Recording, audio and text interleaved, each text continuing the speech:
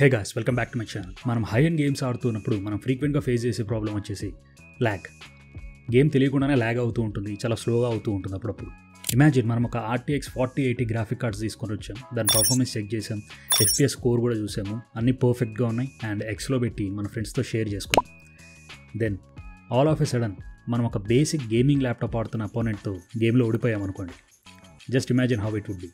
ఇక్కడ ప్రాబ్లం వచ్చేసి మన గ్రాఫిక్ కార్డ్ది కాదు, అవుట్డేటెడ్ డ్రైవర్స్, విండోస్ అండ్ మన మెమొరీ, ఇవన్నీ కలిపి మన గేమింగ్ పర్ఫార్మెన్స్ని కొంచెం డౌన్ చేస్తుంది. సో దీనివల్ల మనకు గేమింగ్లో ల్యాగ్ ఇష్యూస్ ఎక్కువగా వస్తూ ఉంటాయి. బట్ డోంట్ వరీ, ఆ ప్రాబ్లమ్ని హ్యాండిల్ చేయడానికి నేను మీతో ఒక చెక్లిస్ట్ని షేర్ చేసుకుంటాను. ఇది చాలామంది ప్రో గేమర్స్ యూస్ చేస్తూ ఉంటారు. దీనివల్ల ఏమవుతుందంటే ల్యాగ్ ఇష్యూస్ని తగ్గించుకోవచ్చు అండ్ ఆల్సో FPS కొంచెం స్మూత్గా ఉండేలాగా చూసుకోవచ్చు. ఈ రెండింటిని ప్రాపర్గా హ్యాండిల్ చేయడం గేమ్స్ ఆడే వాళ్ళకి చాలా ఇంపార్టెంట్.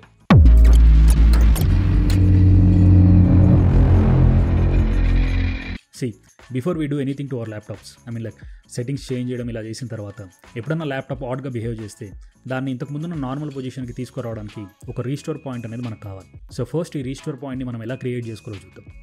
ఇక్కడ బాటంలో సెర్చ్ ఉంది కదా, ఈ సెర్చ్ బార్లో మీరు క్రియేట్ అని టైప్ చేయండి. ఆటోమేటిక్గా సజెషన్స్లో మీకు క్రియేట్ అ రీస్టోర్ పాయింట్ అని వస్తుంది. సో దాన్ని ఓపెన్ చేసుకోండి.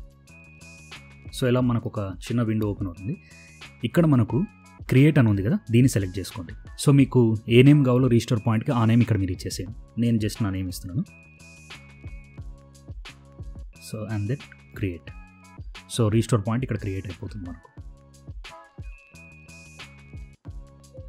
Okay, the restore point was created successfully అని వచ్చింది కదా, ఇప్పుడు క్లోజ్ చేసేయండి. సో ఇప్పుడు మనం క్రియేట్ చేసిన రీస్టోర్ పాయింట్ని చెక్ చేసుకోవాలనుకుంటే ఇక్కడ సిస్టమ్ రీస్టోర్ అనే ఆప్షన్ ఉంది కదా, సో దీంట్లో సిస్టమ్ రీస్టోర్ మీద క్లిక్ చేయండి. సో ఇక్కడ మనం క్రియేట్ చేసిన రీస్టోర్ పాయింట్స్ అన్ని కనపడతాయి. మనం సాగర్ అని ఇందాక టైప్ చేసాం కదా, సో బ్యాక్ టు నార్మల్ పొజిషన్కి రావాలి మన ల్యాప్టాప్ అనుకున్నప్పుడు మీరు క్రియేట్ చేసిన ఆ రీస్టోర్ పాయింట్ని సెలెక్ట్ చేసుకుంటారు అండ్ దెన్ నెక్స్ట్ క్లిక్ చేయండి.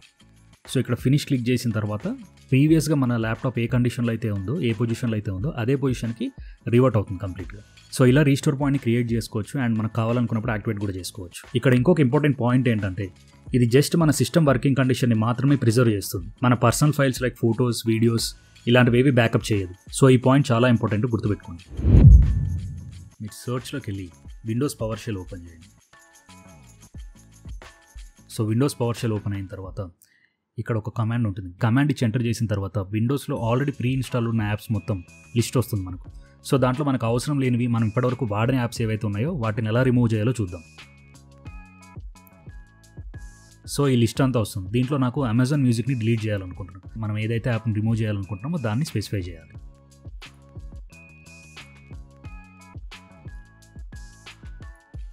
సో దీన్ని కాపీ చేసి సో ఇలా పేస్ట్ చేసిన తర్వాత ఎంటర్ ప్రెస్ చేయండి. సో అప్లికేషన్కి సంబంధించిన డీటెయిల్స్ అన్నీ ఇక్కడ వస్తాయి. సో ఈ కమాండ్ని ఎంటర్ చేయండి. ఇలా చేస్తే మనకు ఆ అప్లికేషన్ కంప్లీట్గా రిమూవ్ అయిపోతుంది అనమాట.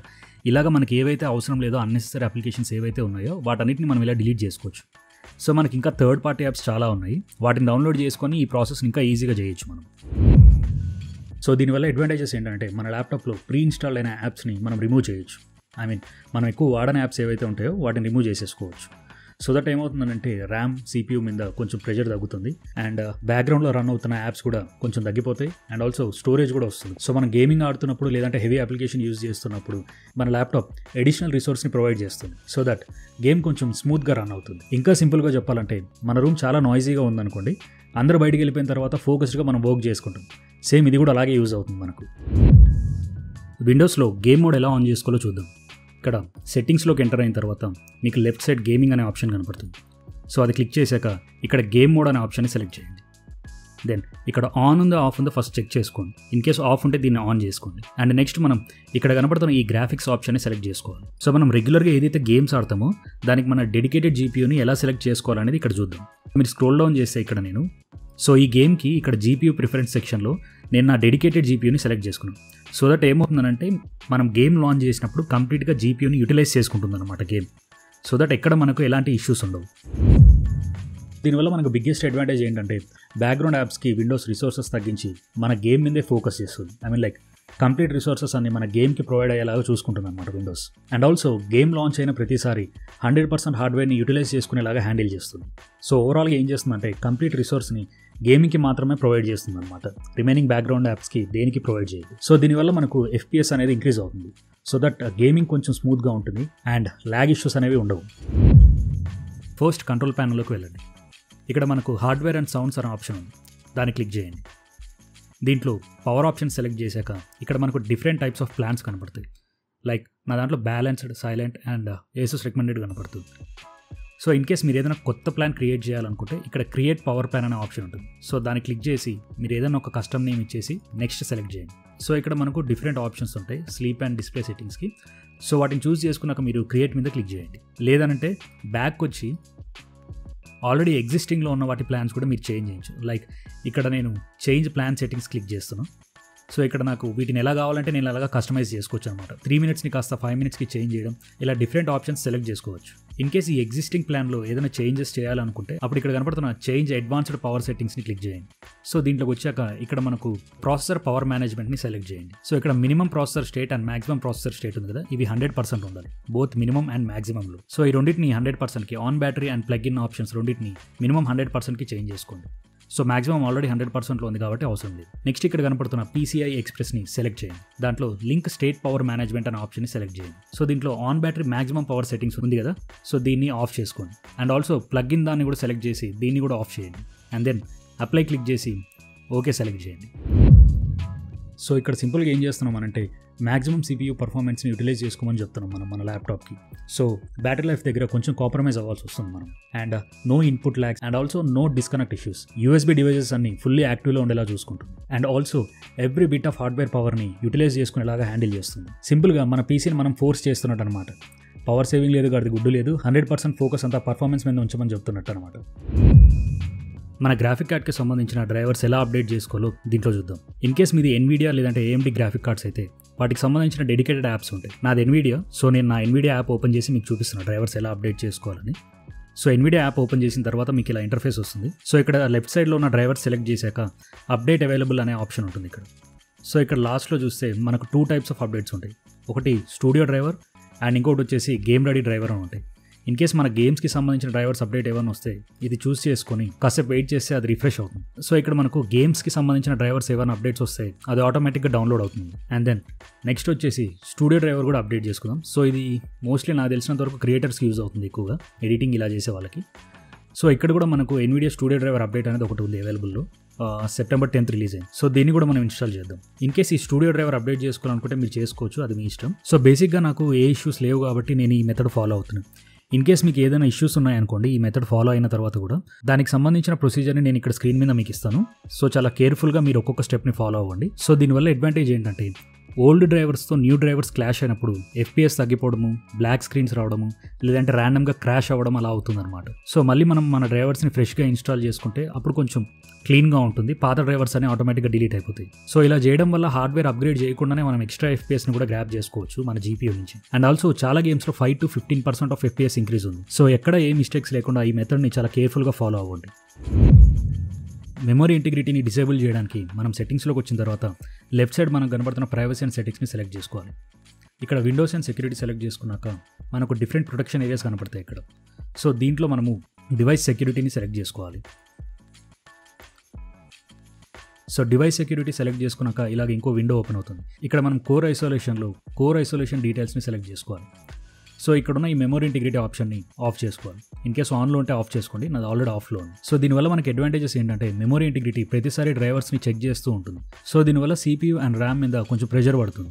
సో దీన్ని మనం డిజేబుల్ చేస్తే CPU కొంచెం ఫాస్ట్గా రెస్పాండ్ అవుతుంది అండ్ ఫ్రేమ్ టైమ్స్ ఇంప్రూవ్ అవుతాయి అండ్ ఆల్సో ఇన్పుట్ ల్యాగ్ కూడా కొంచెం తగ్గుతుంది. సో దీన్ని డిజేబుల్ చేసినప్పుడు విండోస్ మనకు ఒక వార్నింగ్ ఇస్తుంది, లైక్ నెక్స్ట్ టైం నుంచి నేను ఏ డ్రైవర్ చెక్ చేయను అని చెప్పి. బట్ అయినా కూడా మనం ఒక ట్రస్టెడ్ యాంటీవైరస్ వాడుతూ అఫీషియల్ డ్రైవర్స్ని డౌన్లోడ్ చేసుకుంటే రిస్క్ కొంచెం తక్కువగానే ఉంటుంది.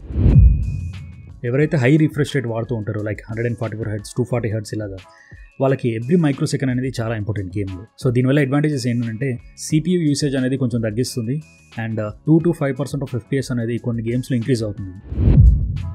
So hardware accelerated GPU scheduling చేయడానికి ఫస్ట్ సెట్టింగ్స్లోకి వచ్చాక మనకు లెఫ్ట్ సైడ్లో కనపడుతున్న సిస్టమ్ అనే ఆప్షన్ని సెలెక్ట్ చేయండి. దెన్ సెలెక్ట్ డిస్ప్లే అండ్ మీరు కొంచెం కిందికి స్క్రోల్ చేస్తే గ్రాఫిక్స్ అనే ఆప్షన్ కనపడుతుంది. దాని మీద క్లిక్ చేసిన తర్వాత ఇక్కడ మనకి అడ్వాన్స్డ్ గ్రాఫిక్స్ సెట్టింగ్స్ అనే ఆప్షన్ కనపడుతుంది. సో దాన్ని క్లిక్ చేస్తే ఇక్కడ హార్డ్వేర్ యాక్సిలరేటెడ్ జీపీయూ షెడ్యూలింగ్ ఉంటుంది, దాన్ని ఆన్ చేసుకోండి. సో బేసిక్గా దీనివల్ల అడ్వాంటేజ్ ఏంటంటే జీపీయూకి సిపియూ మిడిల్ మేనేజర్లా యాక్ట్ చేయదు. నార్మల్ టైమ్స్లో సిపియూ జీపీయూకి టాస్క్ షెడ్యూల్ చేస్తూ ఉంటుంది. సో దీన్ని ఆన్ చేస్తే complete controlling GPU hand over చేసుకుంటుంది. సో దట్ సిపియూ ఇన్వాల్వ్మెంట్ అనేది తక్కువ ఉంటుంది. సో ఓవరాల్గా వర్క్ ఫ్లో అనేది ఫాస్ట్గా, స్మూత్గా అండ్ డిలేస్ లేకుండా ఉంటుంది. ఫస్ట్ మనం టైమర్ రెజల్యూషన్ని ఎలా డౌన్లోడ్ చేసుకోవాలో చూద్దాం. దీనికి సంబంధించిన లింక్స్ అన్ని నేను డిస్క్రిప్షన్లో ఇస్తాను. ఇక్కడ నేను ఎలా అయితే ఫాలో అయ్యానో స్టెప్స్, మీరు కూడా అవి ఫాలో అయ్యి దీన్ని డౌన్లోడ్ చేసుకోండి. చాలామంది ఈ టైమర్ రెజల్యూషన్నే వాడుతూ ఉంటారు, గేమర్స్ కానీ ప్రొఫెషనల్స్ కానీ. సో మీరు కూడా ఓన్లీ ట్రస్టెడ్ సైట్స్ నుంచే టైమర్ రెజల్యూషన్ని డౌన్లోడ్ చేసుకోండి. సో ఇక్కడ డౌన్లోడ్ ఫ్రీ అనే ఆప్షన్ని క్లిక్ చేయండి. సో ఇది విండోస్ 11, 10, 7 అండ్ వేరే వర్జన్స్కి కూడా సపోర్ట్ చేస్తుంది. అండ్ ఆల్సో ఇక్కడ మనకు ఒక వార్నింగ్ కూడా ఉంది, అఫీషియల్ సైట్ నుంచి మాత్రమే టైమర్ రెజల్యూషన్ని డౌన్లోడ్ చేసుకోండి. మనకి ఇక్కడ విండోస్ 11 కదా కావాల్సింది. ఇక్కడ మనం స్క్రోల్ చేస్తే కంప్లీట్గా కిందికి వచ్చిన తర్వాత డౌన్లోడ్ ఫ్రీ వర్జన్ అనే ఆప్షన్ ఉంటుంది, దీన్ని సెలెక్ట్ చేయండి. ఇక్కడ మనకు డౌన్లోడ్ అయిపోయింది, దీన్ని ఓపెన్ చేద్దాం. టైమర్ రెజల్యూషన్ డౌన్లోడ్ చేశాక మనకి ఇలా చిన్న విండో ఒకటి ఓపెన్ అవుతుంది. ఇక్కడ మనం మాక్సిమం క్లిక్ చేయాలి. ఇలా మాక్సిమైజ్ చేయడం వల్ల మన క్లాక్ స్పీడ్ 15.6 మిల్లీ సెకండ్స్ నుంచి 0.5 మిల్లీ సెకండ్స్కి వస్తుంది. దీనివల్ల బిగ్గెస్ట్ అడ్వాంటేజ్ ఏంటంటే మనకు స్టటరింగ్ ఇష్యూస్ కానీ, FPS డ్రాప్ అవడము, లేదంటే స్ట్రక్ అవడము, ఇన్పుట్ ల్యాగ్ ఇష్యూస్, ఇలాంటి ప్రాబ్లమ్స్ అన్ని చాలా ఈజీగా హ్యాండిల్ చేస్తుంది. అండ్ వన్స్ మనం గేమ్ ఆడిన తర్వాత మనం కావాలంటే నార్మల్ పొజిషన్కి మళ్ళీ దీన్ని సెట్ చేసుకోవచ్చు. లైక్ ఇక్కడ డిఫాల్ట్ ప్రెస్ చేసామంటే ఆటోమేటిక్గా మళ్ళీ నార్మల్ పొజిషన్కి వచ్చేస్తుంది మన clock speed. Visual effects like animations, shadows, fades, వీటిని టర్న్ ఆఫ్ చేస్తే మన పీసీ కొంచెం లైట్ వెయిట్గా ఉంటుంది అండ్ కొంచెం ఎఫిషియెంట్గా వర్క్ చేస్తుంది. సో వీటిని టర్న్ ఆఫ్ చేయాలంటే ఫస్ట్ మనం సెట్టింగ్స్లోకి వచ్చిన తర్వాత సిస్టమ్స్ అండ్ కొంచెం స్క్రోల్ చేస్తే కింద మనకి అబౌట్ ఉంటుంది. ఇక్కడ అబౌట్ క్లిక్ చేసిన తర్వాత మనకు రిలేటెడ్ లింక్స్ అనే ఆప్షన్ కనపడుతుంది. ఇక్కడ అడ్వాన్స్డ్ సిస్టమ్ సెట్టింగ్స్ సెలెక్ట్ చేసుకోవాలి. ఈ విండోలో పర్ఫార్మెన్స్ సెట్టింగ్స్ క్లిక్ చేయండి. ఇక్కడ మనకు డిఫరెంట్ ఆప్షన్స్ కనపడతాయి. దీంట్లో మనం అడ్జస్ట్ ఫర్ బెస్ట్ పర్ఫార్మెన్స్ అనే ఆప్షన్ని సెలెక్ట్ చేద్దాం. ఈ కింద కనపడుతున్న ఆప్షన్స్లో smooth adjust off screen fonts అని ఉంటుంది, దాన్ని ఎనేబుల్ చేయండి. దీనివల్ల అడ్వాంటేజ్ ఏంటంటే మనం విజువల్ ఎఫెక్ట్స్ని డిజేబుల్ చేసాం కాబట్టి టెక్స్ట్ అనేది కొంచెం పిక్సలేటెడ్గా కాకుండా కొంచెం స్మూత్గా కనపడుతుంది. And click apply and then okay. So ఇందాక చెప్పినట్టే దీనివల్ల అడ్వాంటేజెస్ ఏంటంటే మన పీసీ కొంచెం లైట్ వెయిట్గా ఫీల్ అవుతుంది, కొంచెం ఫాస్ట్గా పనిచేస్తుంది. Built in Windows application like Xbox game bar లేదంటే గేమ్ బార్, ఈ రెండిట్లో ఏదైనా సరే వీటిని డిజేబుల్ చేయడం ఎలాగో చూద్దాం. సో సెట్టింగ్స్ ఓపెన్ చేసిన తర్వాత మనకి ఇక్కడ లెఫ్ట్ సైడ్ గేమింగ్ అనే ఆప్షన్ ఉంటుంది, దాన్ని క్లిక్ చేయండి.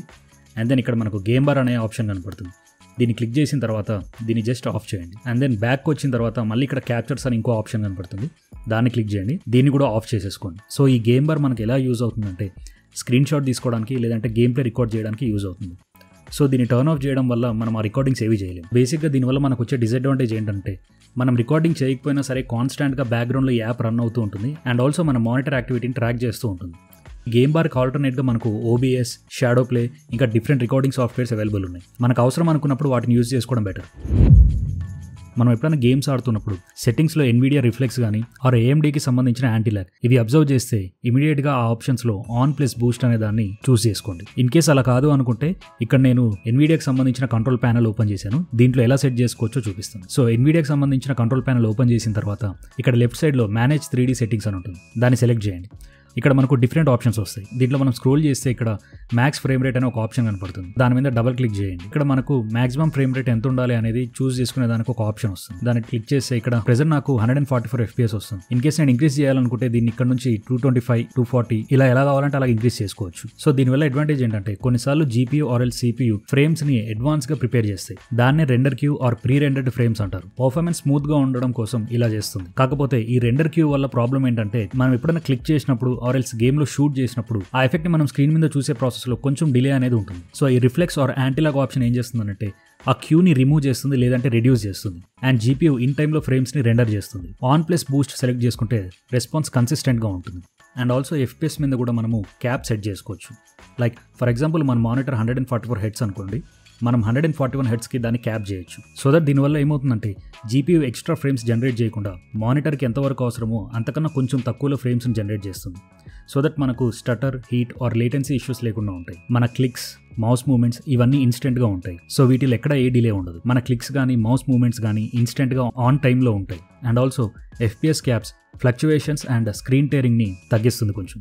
సో ఈ 15 స్టెప్స్ ఫాలో అవడం వల్ల మీరు చాలా క్లియర్గా అబ్జర్వ్ చేయొచ్చు. FPS ఇంక్రీజ్ అవుతుంది, ల్యాగ్ ఉండదు అండ్ స్టడీ ఫ్రేమ్ రేట్ కూడా ఉంటుంది. రీసెంట్గా నేను గేమ్ ప్లే వీడియో కూడా అప్లోడ్ చేశాను విత్ హై ఎండ్ సెట్టింగ్స్, అది కూడా ఒకసారి చూడండి. మీకు ఫ్రేమ్ రేట్స్, స్మూత్నెస్ ఇవన్నీ ఎలా ఉంటాయో కొంచెం ఐడియా వస్తుంది. And I'll see you in the next video. Please like, share and subscribe.